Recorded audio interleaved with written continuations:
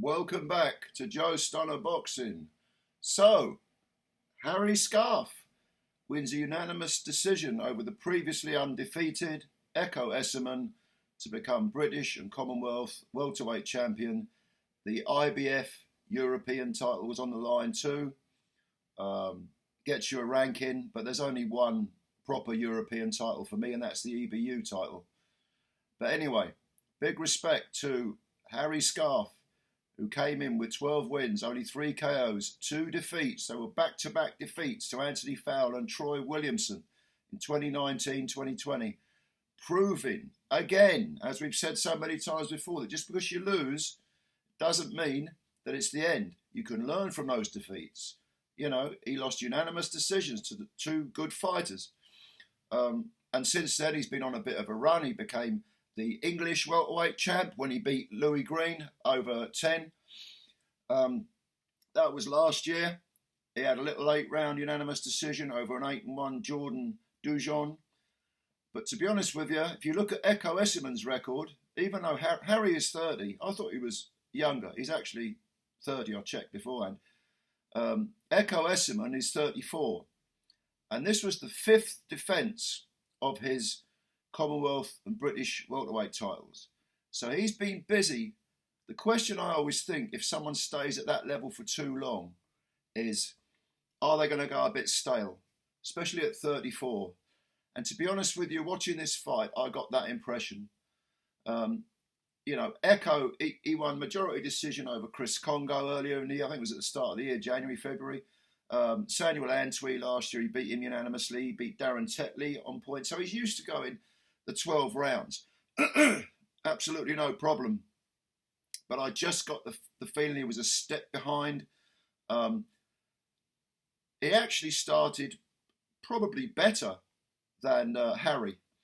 But Harry, make no mistake about it, Harry, very, very tall. I think he's about 6 foot, 6'1" for the weight. Ekow's not short, he's 5'10".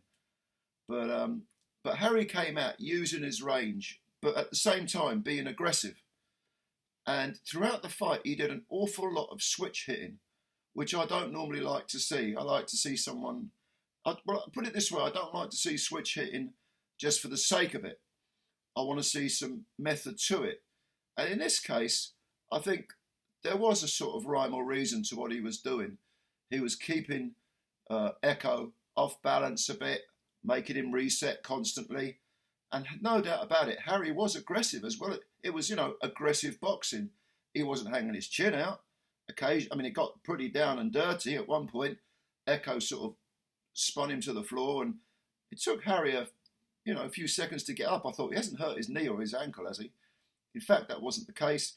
Then in the 5th round, when they were sort of, those long arms of Harry's were sort of draped around Ekow's neck, he actually slung a very, very naughty elbow in, which he should have lost points for that, really, because that was deliberate. That was clearly deliberate.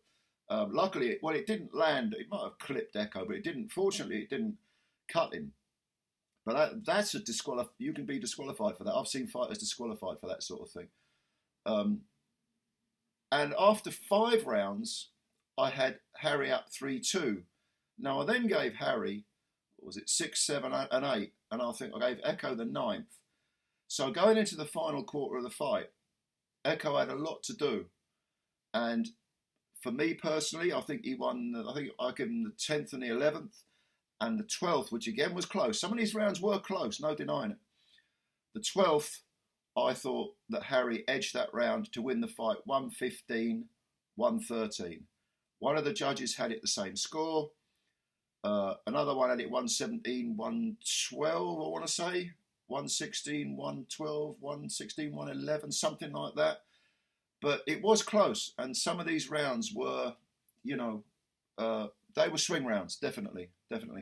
But to be honest with you, before I totted my card up, because I write it down as I go along, I thought, I think Harry's won this. I wasn't sure because of those middle rounds where Ekow finally started to get closer. He calls himself the engine, and with good reason, because he's got a very good engine. But Harry Scarff, he's the engine mark too, because he boxed at a very high pace. And yeah, in my opinion, he won a very close fight. Early on, the pace was so quick, and Harry started off so quickly. I was thinking, can he maintain this? To his absolute credit, he did.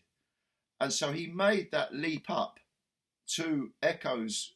You know, I just mentioned that Ekow, this was his 5th defence of the British and Commonwealth titles. And I think a lot of those had been, if not all of them, had been, oh no, I think about 4 of them had been 12-round distance fights. Well, Harry, at some point, you've got to make that jump up. And Harry made that jump and achieved the win. But I just wonder, those back-to-back defeats, 10-round unanimous decision defeats to Anthony Fowler and Troy Williamson, I reckon they put him in good stead for tough, hard distance fights. It's kind of like when Ricky Burns, he had a couple of early British level title defeats. Alex Arthur beat him. Was it Carl Johansson, I think? And he learned from those. And then when he became a champion, world champ, British champ, world champ, he was able to draw on that experience to, you know, beat guys who you would never have given him a chance with 3-4 years previously. So this is what boxing is about. It's about learning. And at 30 years of age, Harry Scarff is now probably in his prime. He can crack on from here. Maybe a defence or two. He's got the IBF European. I'd like to see him go for the EBU, but maybe Frank Brown will get him a world title fight. You just don't know. As for Ekow Essuman at 34, okay, maybe if Harry gives up the belts, he can fight for them again. Not a problem. But I do feel he's stayed at that domestic, you know, British Commonwealth level a bit too long. And that might have taken a bit of the sting out of him. Few too many miles on the clock. This is the art of bringing a fighter on of any age. You work with what you got. And at 34, Ekow, he can come again if he wants to. He did have swellings on his face. He'd been in a war. He knew he'd been in a war. But good fight. Very, very entertaining fight. Tell me what you think of it if you saw it. What do you think's next for Harry Scarff? Who would you like to see him defend against? Maybe you want to see a rematch with Ekow. Ekow certainly deserves it. And what about Ekow? Where do you think he's going? Comments below then, as always. Much appreciate your time. Subscribe to the channel if you're new. If you could do that, that would be a big deal. Just takes a second to pop that subscribe button and also the like button if you don't mind as well. Brilliant stuff. Thank you very much for your time. I'll catch you later and bye for now.